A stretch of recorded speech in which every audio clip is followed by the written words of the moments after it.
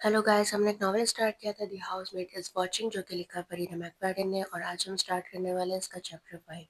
लेकिन chapter start करने से पहले मेरी एक रिक्वेस्ट है कि अगर आपको हमारी वीडियोस पसंद आई तो kindly like share and subscribe करना ना भूलिए। तो चलिए शुरू करते हैं। आज बच्चों का नए स्कूल में पहला दिन है। एडा वो ड्रेस पहनती है जो मैंने उसके पहले दिन के लिए चुन कर रखी थी। वो स्लीवलेस और हल्की गुलाबी रंग की है, और अगर मेरा बेटा उसे पहनता तो दरवाजे से बाहर निकलने से पहले ही मिट्टी और तेल से पूरी गंदी हो जाती। लेकिन एडा को वो बहुत पसंद है, और वो यकीनन उसे साफ रखने में कामयाब हो जाती है। जहाँ तक निको का ताल्लुक है, मैं बस खुश हूँ कि वो कुछ साफ कपड़े पहनने में कामयाब हो गया है जिसमें कोई सुराख नहीं था। मुझे बताया गया था कि स्कूल बस 13 लुकस स्ट्रीट के सामने रुकती है, तो मैं बच्चों को दरवाजे से बाहर लेकर गई और सुजैट के घर से गुजरते हुए 12 लुकस्ट के पास से गुजरी, और उस पड़ोसी के घर से गुजरते हुए जिसके बारे में मुझे यकीन है कि वो कल से हमारे शटरलेस खिड़कियों से हमें देख रही थी। वैसे ही वहाँ एक औरत और एक बच्चा बस स्टॉप पर खड़े थे, लेकिन वो वैसा नहीं था जैसा मैंने सोचा था। सबसे पहले तो वो औरत मेरी उम्मीद से ज्यादा बुढ़ी थी। मैं अपने बच्चों के दोस्तों की माँओं में सबसे जवान नहीं हूँ, लेकिन ये औरत इतनी बुढ़ी लग रही थी कि वो मेरी माँ हो सकती थी। वो बहुत पतली हड्डी की औरत थी, जिसके सफ़ेद बाल थे और लंबी उंगलियां थी जो बिल्कुल पंजों जैसी लग रही थी। और हालांकि सुजैट ने मुझे बताया था कि उसका बेटा निको की उम्र का ही है, लेकिन जो छोटा लड़का उसके पास खड़ा था वो कम से कम 2 साल छोटा लग रहा था। वो भी अपनी माँ की तरह दिखने में कमज़ोर था। और जबकि आज वार्म स्प्रिंग डे है, वो एक मोटा टर्टल नेक स्वेटर पहने हुए था जो बहुत इच्छी और अनकंफर्टेबल था। जाहिर है शायद वो उसकी माँ ही ना हो, शायद वो उसकी दादी हो। वो यकीनन इतनी बुढ़ी लग रही थी कि वो उसकी दादी हो सकती है, लेकिन मैं कभी पूछती नहीं। मैं सुजैट नहीं हूँ।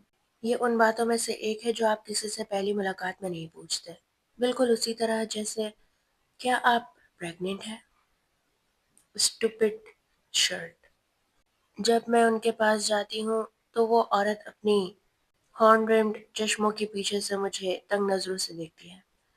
मैं उनके चश्मों से लटकी हुई चांदी की चेन देख सकती हूँ। ये वो चीज़ है जो मैं हमेशा बुजुर्ग लोगों के साथ रिलेट करती थी। हालांकि एडा की एक ब्रॉन्क्स वाली दोस्त भी पहनती थी, तो शायद ये फिर से फैशन में आ गया हो। हेलो, मैं खुशी से कहती हूँ, ये इरादा करके कि मैं इस औरत से दोस्ती करूंगी। आखिर मुझे लॉन्ग आइलैंड, मेरा मतलब ऑन लॉन्ग आइलैंड में दोस्त बनाना अच्छा लगेगा। वो औरत आधी दिली मुस्कुराहट देती है जो ज्यादा मुंह बिगाड़ने जैसी लगती है। हेलो, वो कहती है बिल्कुल एक्सप्रेशनलेस लहजे में जो मैंने कभी ही सुना हो। मेरा नाम मिली है, मैं कहती हूँ। वो मुझे खाली नजरों से तकती है। आमतौर पर लोग इस वक्त अपना नाम बताते हैं, लेकिन लगता है उसे इस बारे में कुछ पता नहीं। ये निको और एडा है, मैं इजाफा करती हूँ। आखिर वो अपना हाथ छोटे लड़के के कंधे पर रखती है। ये स्पेंसर है, वो कहती है। मैं जैनिस हूँ। वो लड़का अचानक हिलता है और उसके बैकपैक के नीचे एक हुक सा नजर आता है जिससे कोई अटैचमेंट लटक रही होती है। औरत उसे पकड़े हुए है। ओह गॉड, ये तो लीश है। बेचारा बच्चा लीश पर है। आपसे मिलकर खुशी हुई, मैं कहती हूँ, या फिर कहना चाहिए गुड डॉग। मैंने सुना है स्पेंसर 3rd ग्रेड में है। ये मुमकिन ही नहीं लगता जब मैं कह रही होती हूँ। वो लड़का लगभग निको से छोटा है, जबकि निको अपनी उम्र के हिसाब से बिल्कुल ठीक हाइट का है। लेकिन लड़का स्पेंसर अपना सर हिलाकर कहता है, हाँ, कूल। निको की आंखें चमक उठती हैं। मेरी टीचर मिसेस क्लेरी हैं, तुम्हारी कौन है?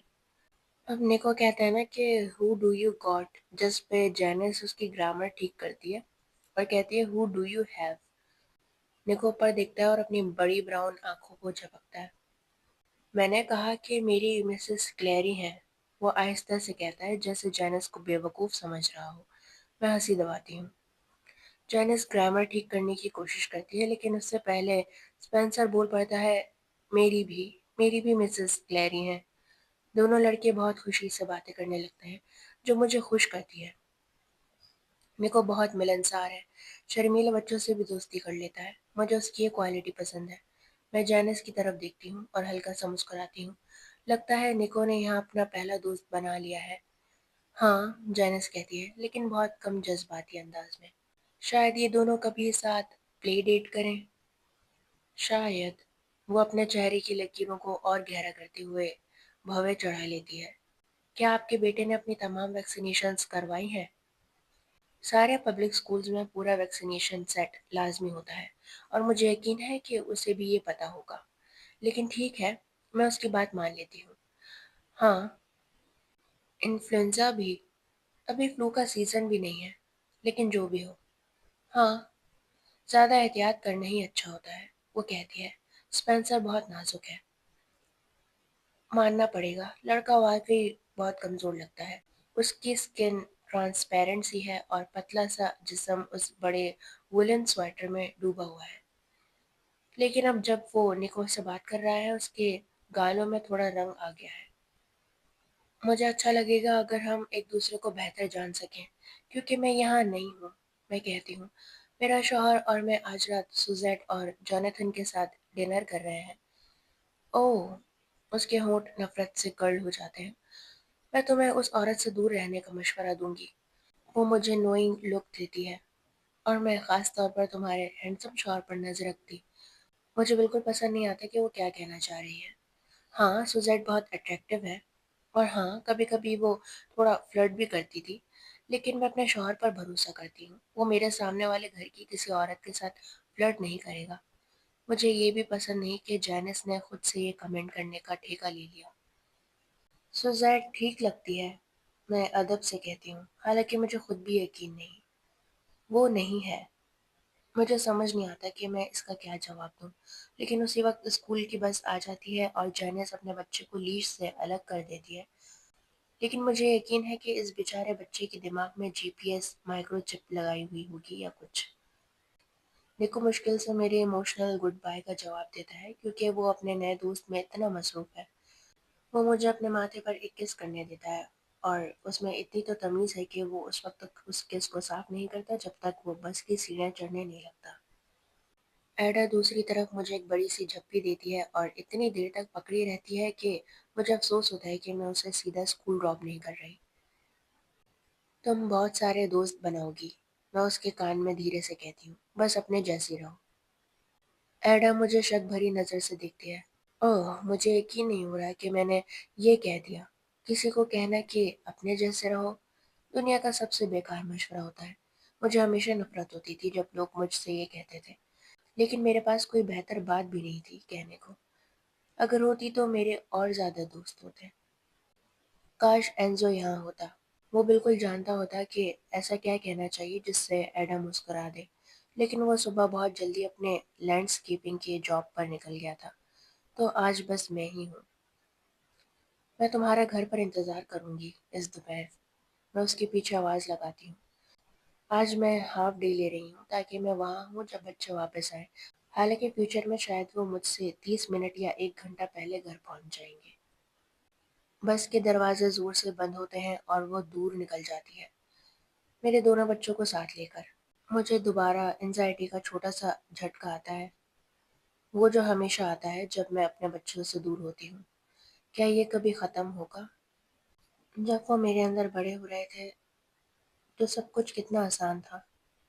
खैर, उसके अलावा जब मुझे थर्ड ट्राइमेस्टर में निको के साथ लाइफ थ्रेटनिंग प्री एक्लेम्सिया हुआ, जिसने मुझे ट्यूब्स टाई करवाने का फैसला करने पर मजबूर किया। बस की पूरी तरह कल्डी सैक से गायब होने के बाद ही मुझे पता चलता है कि जैनिस मुझे घूर रही है। उसके चेहरे पर शॉक का एक्सप्रेशन है। क्या कोई मसला है? मैं जितनी तमीज़ से हो सके पूछती हूँ। मिली, वो कहती है, तुम सच में ये एक्सपेक्ट कर रही हो कि तुम्हारे बच्चे अकेले घर चल कर आएंगे? हाँ। मैं अपने घर की तरफ इशारा करती हूँ जो बस 2 कदम दूर है। हम यहीं रहते हैं। तो क्या? वो तेजी से बोलती है। हम भी यहीं रहते हैं। वो अपने घर की तरफ इशारा करती है, जो लिटरली हमारे बिल्कुल पीछे है। और तुम मुझे स्पेंसर को 1 सेकंड के लिए भी अकेला छोड़ते नहीं देखोगी। अगर कोई प्रेडेटर तुम्हारे बच्चे के पीछे हो, तो वो उसे यूं ही ले जा सकता है। फिर वो मेरी आंखों के सामने स्नैप करती है, खतरे को डेमोन्स्ट्रेट करते हुए। ये शहर काफी सेफ है। میں ہلکے سے کہتی ہوں، میں سیدھا یہ نہیں کہنا چاہتی کہ وہ ریڈیکولس ہے جو اپنے اسکول گوئنگ بچے کو لیش پر رکھے ہوئے ہے۔ فالس سیکیورٹی، وہ نفرت سے کہتی ہے۔ کیا تمہیں پتہ ہے کہ ایک 8 سال کا بچہ 3 سال پہلے اسٹریٹ سے غائب ہو گیا تھا؟ یہاں نہیں، کچھ ٹاؤن دور۔ کہاں؟ میں نے کہا نا، کچھ ٹاؤن دور۔ وہ مجھے عجیب نظر سے دیکھتی ہے۔ اس کی ماں نے 1 سیکنڈ کے لیے اس کا ہاتھ چھوڑا اور کوئی اسے لے گیا۔ پوری طرح غائب ہو گیا، کوئی نشان نہیں۔ سچ؟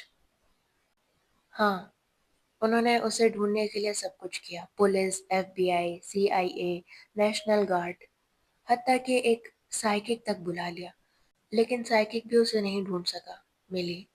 مجھے اس اغوا کی تفصیل کا پتہ نہیں، لیکن میں نے کبھی خبروں میں ایسا کچھ نہیں سنا، اور یہ یہاں کے آس پاس ہوا بھی نہیں۔ جینس کے لیے کچھ ٹاؤن دور کا مطلب شاید کیلیفورنیا بھی ہو سکتا ہے۔ شاید یہ اسٹیٹسٹک شیئر کرنا ہیلپ فل نہ ہو کہ زیادہ تر چائلڈ ابڈکشنز فیملی کے ممبرز کرتے ہیں۔ جینس نے تو اپنے ذہن میں فیصلہ کر ہی لیا ہے۔ لگتا ہے اسپینسر 30 سال کا ہونے تک لیش پر ہی رہے گا۔ خیر، ان کو کبھی نہ کبھی خود سے گھر جانا ہی ہوگا۔ میں کہتی ہوں، میرا ہسبینڈ اور میں دونوں کام کرتے ہیں اور ہم روز ان کو پک نہیں کر سکتے۔ وہ حیرانی سے مجھے دیکھتی ہے۔ تم کام کرتی ہو؟ ہاں، وہ کرتی ہے۔ جب میرا شوہر گزرا تو اس نے میرے لیے اتنا پیسہ چھوڑا تھا تاکہ مجھے کبھی کام نہ کرنا پڑے۔ اچھا ہے۔ یہ بہت افسوس کی بات ہے، وہ آگے کہتی ہے، کہ تمہارے بچوں کو گھر پر رہنے والی ماں کا ساتھ نہیں ملتا۔ وہ کبھی وہ محبت نہیں جان پائیں گے جو ایک ماں دیتی ہے، جو ان کے پاس سے کبھی دور نہیں ہوتی۔ میری زبان کھل کر رہ جاتی ہے۔ میرے بچے جانتے ہیں کہ میں ان سے محبت کرتی ہوں، لیکن سوچو کہ تم کتنا کچھ مس کر رہی ہو۔ وہ پکارتی ہے، کیا یہ تمہیں اداس نہیں کرتا؟ میری زبان کے بالکل کنارے پر ہے کہ کہہ دوں کم از کم میرا بچہ لیش پر نہیں ہے، لیکن کسی معجزے سے میں چپ رہ جاتی ہوں۔